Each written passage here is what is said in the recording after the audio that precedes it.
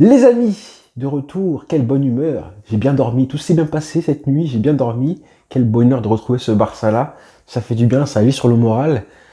Bon, le seul hic, on va dire, c'est que le prochain match, c'est dans 6 jours. Et on est impatient, évidemment. Donc je voulais un petit peu faire une vidéo pour revenir un petit peu là-dessus, mais pas seulement.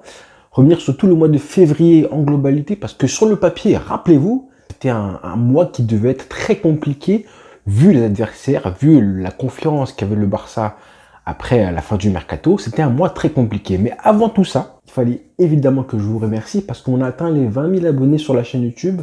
Enfin, j'ai envie de dire enfin, parce que ça faisait un petit moment que je flirtais avec cette barre-là. Enfin, ça a mis du temps, etc. Mais bon, vous me connaissez un petit peu, hein. Je suis pas un mec très bankable. Je suis pas un mec qui va gratter les abonnés, rappeler à tout le monde à chaque fois, abonnez-vous, faites le nécessaire. En gros, je suis pas un super vendeur. Je ne vends pas mon image énormément, alors que je fais du marketing au travail du matin au soir. Mais bon, je suis pas un mec qui sait vendre son image, à rappeler sur tous mes réseaux sociaux, abonnez-vous, etc. Et puis je suis content comme ça, hein. J'aime bien avoir mon petit public. J'hésite un petit peu encore à devenir une personnalité publique comme pas possible, comme il y a beaucoup de personnes qui le sont. Là, avec 20 000 abonnés, c'est très bien comme ça, hein, mais si demain j'en ai 10, 30 000 de plus, ou que j'en ai 200 000 abonnés, bah, du coup, bah, tu deviens une personnalité publique. Et les avantages, il y a aussi les inconvénients, hein. Je sais pas, pour l'intimité, la vie privée, des fois c'est mieux d'être un petit peu une personne non publique, hein. Si je veux aller, je sais pas moi, n'importe quoi, hein, aller dans un sauna libertin ou un club échangiste, et j'ai pas envie que vous me croisiez là-bas en me disant « Ah, c'est Charel !» Et si j'ai eu par exemple ma femme, bah, un jour ma femme, on va à la plage et qu'elle se met les seins nus à la plage, j'ai pas envie que vous ayez la voir, la voir et que vous sachiez que c'est ma femme qui se met comme ça à la plage. Donc voilà, être un petit peu intime, bah, c'est une bonne chose. En même temps, j'ai une chaîne YouTube, donc forcément, hein, tu es préparé à être une personnalité publique. Plus tu montes en abonnés, plus les gens te connaissent, hein. Pour l'instant, je crois, j'ai croisé 3 personnes dans Paris qui m'ont reconnu, je crois, 2 fois Place d'Italie, pour ceux qui connaissent Paris. Donc 3 fois en 2 ans que je fais des vidéos, enfin 2 ans presque maintenant, c'est pas grand chose. Mais bon, en même temps, quoi qu'il arrive, hein, vous me connaissez déjà avant YouTube, quand je faisais mes vidéos en face caméra sur Facebook, avec mes débriefings en direct, donc forcément, j'avais pas le choix. Je pouvais pas faire une chaîne YouTube comme ma chaîne par exemple, ou Café Barça, ou Actualité Barça, qui eux ne filment pas leur tête. Moi, forcément, vous me connaissiez déjà avant, donc j'avais pas le choix, forcément. J'étais déjà connu comme ça. Alors, évidemment, hein, j'aimerais bien avoir beaucoup, voire 10 fois plus d'abonnés que ça, évidemment. Mais pour l'instant, je suis bien comme je suis, hein, clairement. On veut tous avoir plus de vues, plus d'abonnés, c'est normal. Mais je suis pas pressé. Je prends mon temps, je suis à mon rythme. Je sais qu'il y en a plein qui me connaissent, d'autres qui me connaissent pas du tout. Il y en a qui savent même pas que je fais des vidéos sur le Barça. Moi, je sais très bien qu'on est plein de youtubeurs aussi qui en font sur le Barça. On est plein. Le Guito, ma scène, etc. On est plein à en faire. Moi, je fais mon petit bonhomme de chemin, je garde mon style, mon franc-parler, mes analyses avec mon style à moi. Que ça vous plaise, tant mieux. J'espère que ça vous plaît en tout cas. Je continue comme ça, je continuerai encore une fois. Là, j'ai enfin eu mon premier sponsor. Au bout de 2 ans, j'ai enfin conclu un contrat, un accord avec un sponsor. Et donc voilà, ça c'est une très bonne chose. Donc la chaîne va continuer. Et en plus, grosse alerte, grosse nouvelle. Là, on prépare avec ce sponsor-là qui me permet un peu de produire des vidéos qui vont arriver sur la chaîne YouTube. C'est des vidéos un petit peu séries, reportages, documentaires sur le Barça, sur le foot en général et sur le Barça. Donc, je vous préviens, je ne peux pas vous spoiler plus que ça, mais je vous préviens, ça va être très très lourd. En plus de ça, j'ai d'autres projets évidemment. J'ai peut-être, j'espère, la possibilité d'interviewer un joueur du Barça à la fin de la saison. Je n'en dis pas plus, pareil, je spoil rien du tout.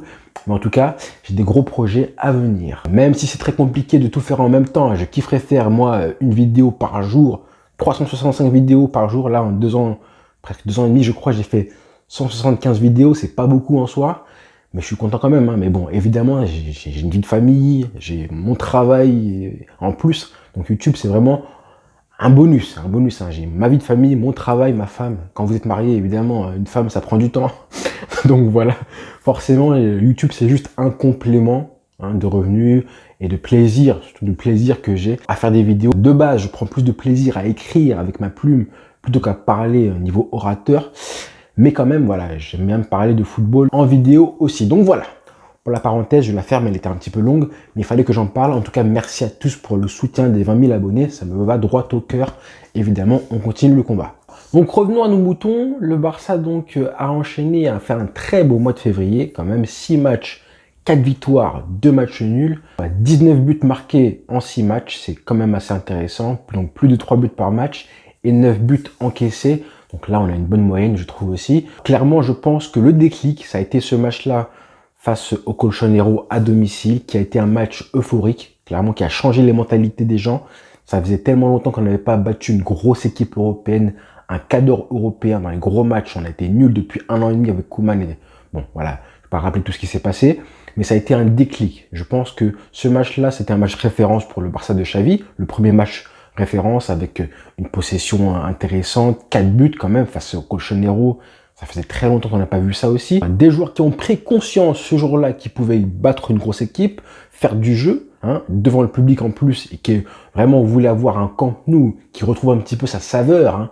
J'en ai parlé avec tous mes copains, on en avait marre d'avoir un Camp Nou en mode maison close. Et j'en parlais quand il arrivait, je savais que un de ses principaux objectifs, c'était vraiment de refaire du Camp Nou une forteresse.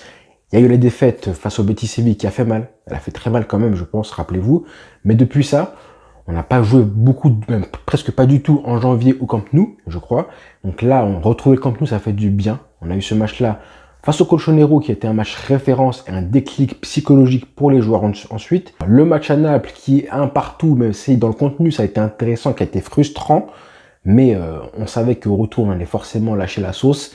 Et évidemment, le match d'hier, 4-0, un clean sheet. Mais maintenant, avec du recul, j'insiste pour dire que le match face à l'Atlético Madrid, ça a été le déclic. Et on fera les comptes à la fin, mais ce peut très bien que ce soit le déclic de la saison entière du Barça, évidemment, après l'ère Koeman. Ensuite, il y a eu le match de partout face à l'Espagnol Barcelone, qui mine de rien, avec du recul, tu te rends compte de l'importance énorme du but de Luc de Jong à la fin du match, parce qu'avec une défaite, psychologiquement, tu aurais dû recommencer à trouver un match référence pour redémarrer un cycle. Et là, le but de Jong à la 95e minute de la tête, il sauve ça, il sauve la dynamique que tu vas me créer. Et ça a été vraiment... Là, on n'y pense pas, avec du recul, on oublie un petit peu tout ça, on oublie, mais vraiment, ce qui marque de Jong à la fin du match, ça a été une importance capitale. Ensuite, évidemment, le 1 partout face à Naples à domicile. Mine de rien, même si tu gagnes pas ce match-là, tu es frustré parce que tu joues bien. Et Xavi l'a dit ensuite. Ce qui est bien, c'est que là, entre le début du mois de février et la fin du mois de février, à chaque match, le Barça a progressé. Vraiment, le match d'hier, le 4-0, on sent une équipe qui vraiment est à l'aise, qui joue encore beaucoup mieux que le match, le 4-2, même si c'est un match de référence, que le 4-2 face au Colchonero, où ce jour-là, on avait été très très réaliste. Rappelez-vous, on avait été super efficace. Ça a fait la différence. Face à Naples, à l'aller, tu gagnes pas, donc tu as un petit peu peur d'être éliminé au retour. Donc là, ça montre le caractère de l'équipe qui, en temps normal, aurait été frustrée de ne pas gagner à domicile. Mais le match à retour à Naples, ça a été une masterclass, une démonstration technique et tactique. Avant ça, il y a eu évidemment le match face à Valence, qui vraiment a été une masterclass tactique. Là, on avait toutes les palettes du jeu du Barça. Des combinaisons, du jeu de possession, de la possession, bref, des contres, des frappes de loin. Ça a été une masterclass tactique aussi.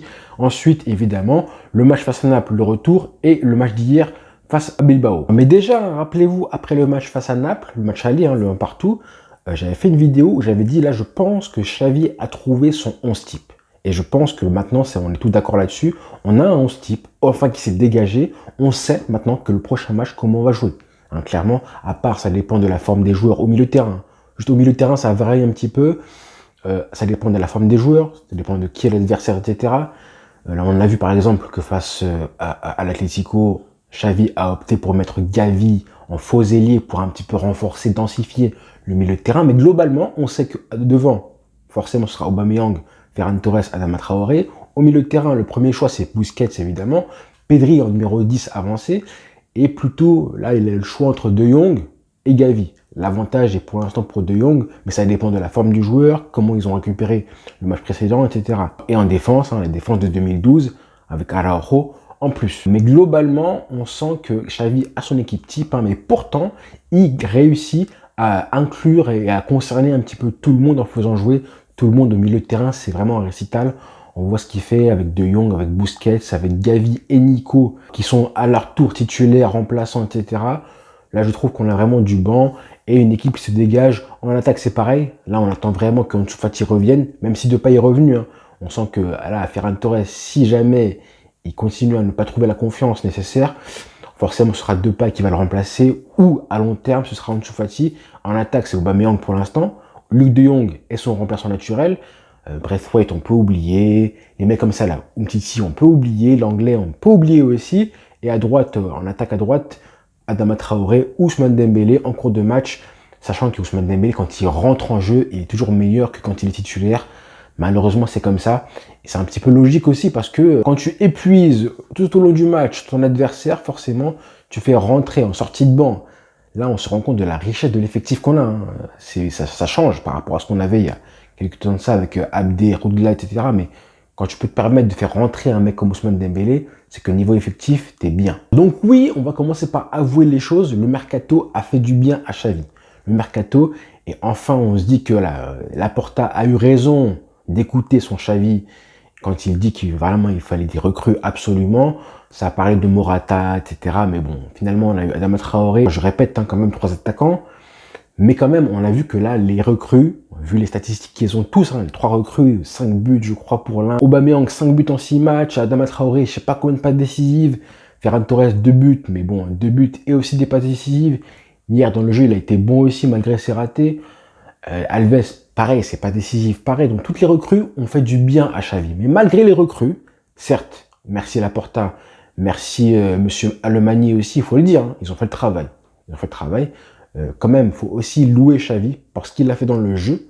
Ce qu'on a vu encore une fois hier soir, on voit une équipe, une cohésion de groupe, un groupe soudé qui prend du plaisir à jouer, hein, qui prend du plaisir à satisfaire un petit peu le public, parce que l'ambiance hier, ça a été la folie. En plus, il y avait pas mal de gens qui étaient au stade aussi, qui ont eu la chance de voir ça. On voit qu'il y a un groupe qui se crée, une cohésion qui se crée, on le voit, on le sent, on l'aperçoit. On en voit les images à chaque fois à la fin des matchs, des joueurs qui se congratulent.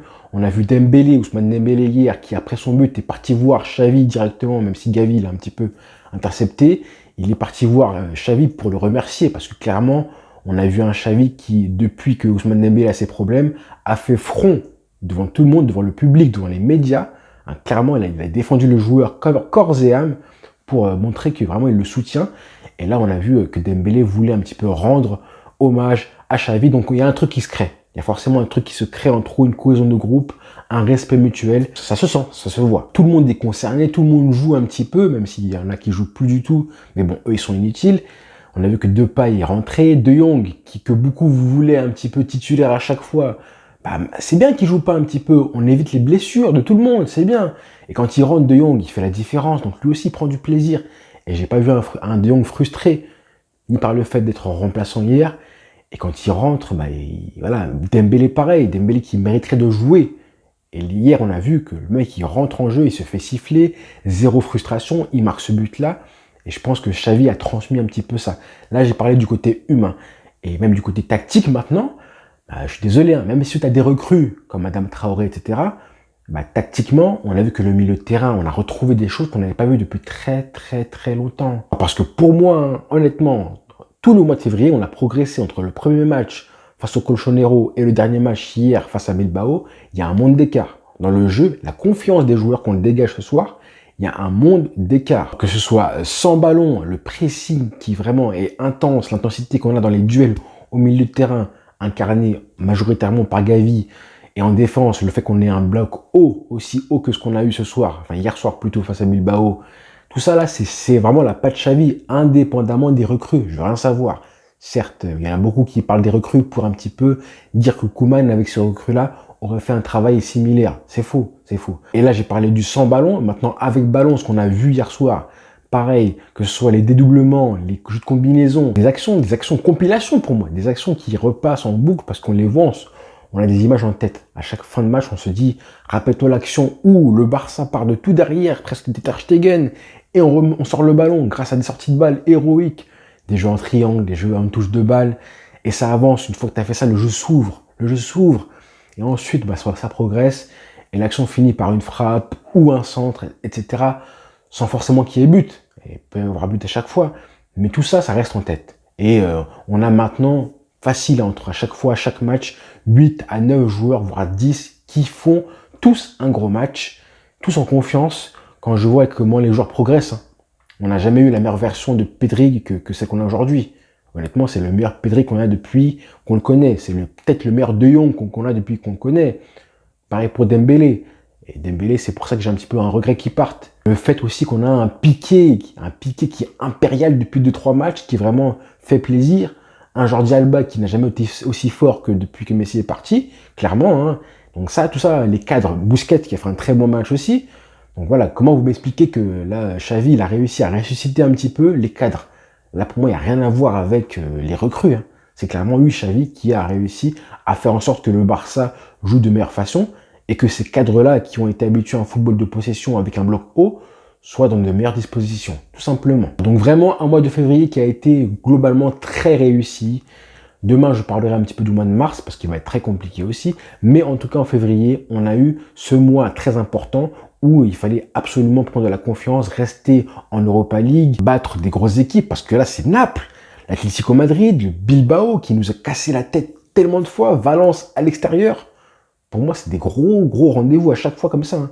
Là, en mars, ce sera plus léger, vous allez voir, même si c'est classico. Hein. Mais globalement, c'était des grosses équipes, Naples 2 fois, et on gagne comme ça 4-2. Donc très fort, merci Xavi, vraiment. Pour l'instant, on n'a rien gagné comme titre, hein. On n'a rien gagné du tout, donc on va rester un petit peu humble. Mais pour l'instant, il fallait absolument passer par une période comme ça où tu prends confiance et que gagner redevienne quelque chose de normal. Pas un exploit ou un soulagement.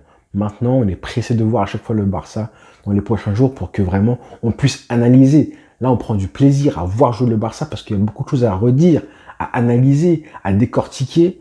Quel plaisir les amis. Il fallait juste être patient et avoir un déclic psychologique qui arrivait face au Colchonero et évidemment les recrues qui ont aidé aussi. Donc voilà, merci à toi Xavi. Rendez-vous demain pour la prochaine vidéo et évidemment merci pour les 20 000 abonnés. On continue, on s'abonne. Et puis voilà les frères. Bonne soirée à tous les frères. Ciao.